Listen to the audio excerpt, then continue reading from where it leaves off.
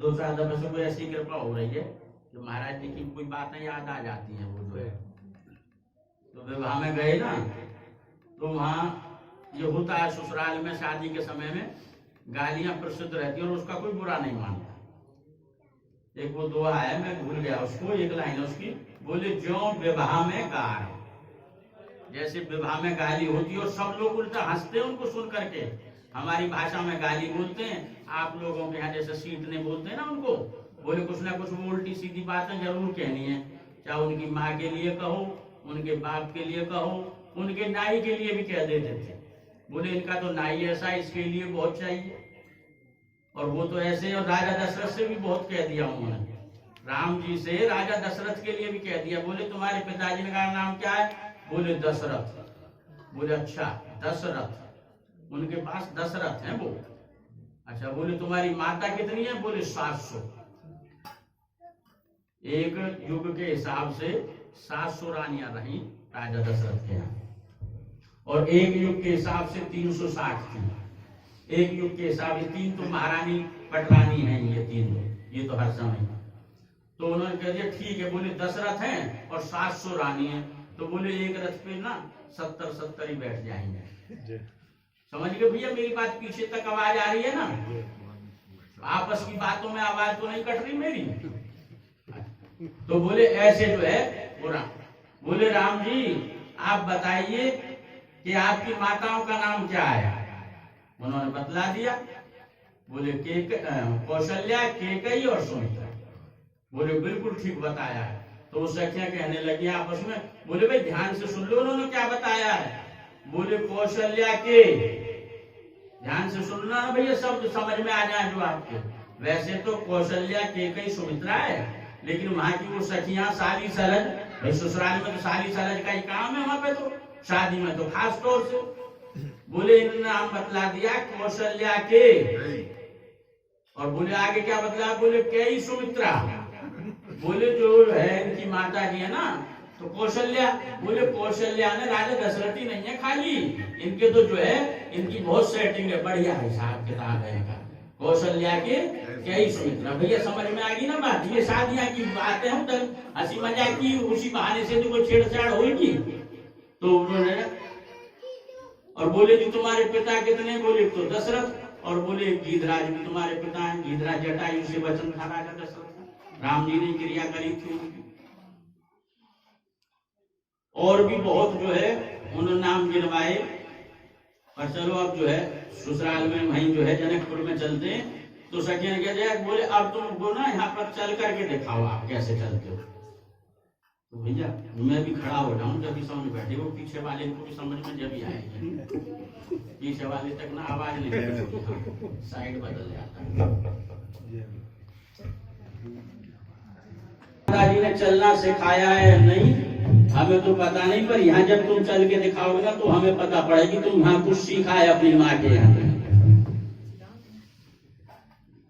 तो लक्ष्मण जी से कह दिया, लक्ष्मण जी तो जो है थोड़े से हमारे तेज है ना लक्ष्मण जी।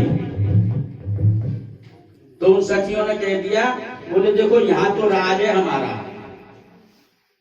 वरना लक्ष्मण जी सुन लो आप बात, क्योंकि आपने देखो परशुराम जी के साथ बहुत झगड़ा किया। परशुराम जी आए थे और हमारे महाराज जनक जी ना, उनको भी आपने उल्टा सीधा कह दिया। जब कह दिया ना जनक जी ने कि यहाँ पे अब कोई ऐसा वीर नहीं है जो धनुष को तोड़ सके, बोले पृथ्वी खाली हो गई वीरों से। तो वो लक्ष्मण जी ने बहुत जोर से राजा जनक जी को मानो धमका दिया। बोले कही जनक जस अनुचित वाणी, रामायण में चौपाइया पढ़ लेना। बोले अनुचित कैसे कहती? बोले विद्यमान रघुकुल मणि जानी। बोले भगवान राम के होते हुए भी और राजा जनक जी ने ऐसा कह दिया कि पृथ्वी पर वीर नहीं है। तो बोले अब वहां तो तुम्हारी चल गई थी, अब यहाँ देखेंगे हमारे यहाँ सामने कैसे चलते। तो बोले चल करके दिखाना है। तो चाल, बोले देखो सखियां किसको चला रही हैं, किससे चलना पूछ रही हैं? जो दुनिया को चलाता है, सारी सृष्टि को जो चलाते हैं ना, आज सखियां उनसे कह रही हैं चल करके दिखलाओ, बतलाओ। तो लक्ष्मण जी को धमकाया पहले तो उस समय की झांकी मैं आपको दिखाऊं कि कचरत पान, समझ में आ गई ना भैया शब्द, मुंह में पान चबा रहे हैं। कचरत पान और मंद मंद मुस्कान, पान खाने वाले पे तो जरूरी मुस्कान रहती है, और ब्याह शादी में तो खास तौर से। पहले तो मिलता ही शादियों में था, अब तो चबूतरे बाजार लगे हुए हैं, मिलता ही शादियों में था पान। कचरत पान और ये मंद मंद मुस्कान, और मुख करत कमाल छवि रेशमी रुमाल की। पहले जो है जिसकी शादी होती थी ना, उसके पास बहुत सुंदर एक रुमाल होता था रेशमी, और उसको ऐसे मुंह पे रखते थे, तब चलते। घर से समझा दिया जाता था वहां ज्यादा नहीं बोलना, किस बात का कैसा अर्थ निकाल लिया जाए, मजाक बना दिया जाए।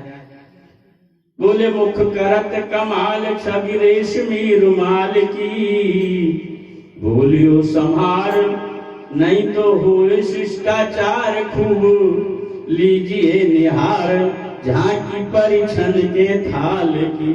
हे लक्ष्मण, हमारी जो पूजा की थाली है ना, पहले आप इसका दर्शन करें, तब बोलना संभल करके।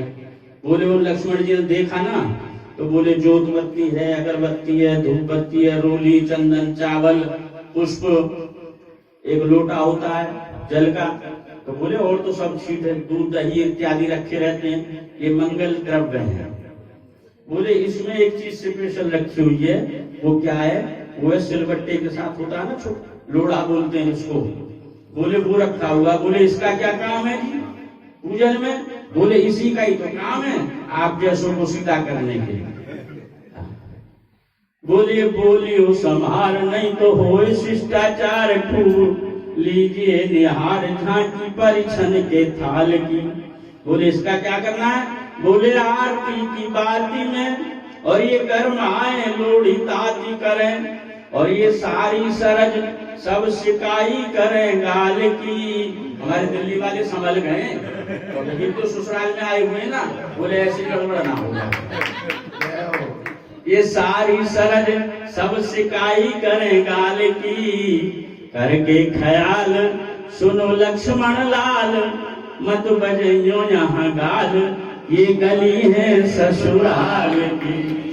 करके ख्याल सुनो लक्ष्मण लाल, मत बजइयो यहाँ गाल, ये गली है ससुराल की। आनंद लें, रस की बात है। तो उनको जो है बोले अब चल करके दिखाओ।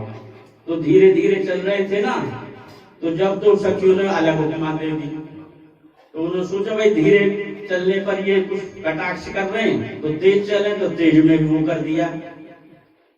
और बोले भैया अब चलना भी बंद कर दो। तो उन्होंने कह दिया सखियों ने, बोले अब तो चलना बंद कर दिया ना। बोले अब कैसे लग रहे हैं? बोले ऐसे लग रहे हैं जैसे सचिन ने ना कुछ पिलर लगवा दिए हों, दो, एक नीलम का एक सोने का। लक्ष्मण जी तो सोने की तरह हैं और राम जी हमारे नीलमणि। तो बोले ऐसे जो है दो पिलर लगवा दिए हों, ऐसे लगे। तो ऐसी सखियां आज वो क्या कर रही हैं कि नाच जग जिनकी माया में उनको